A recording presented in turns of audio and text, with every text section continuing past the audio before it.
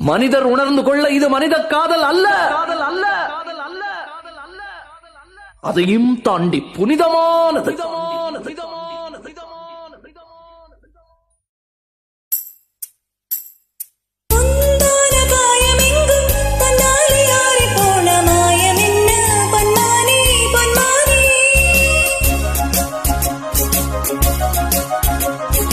என்ன காயமான போதும் என் மேனி தாங்கிக் கொள்ளும் உந்தன் மேனி தாங்காது சென்றே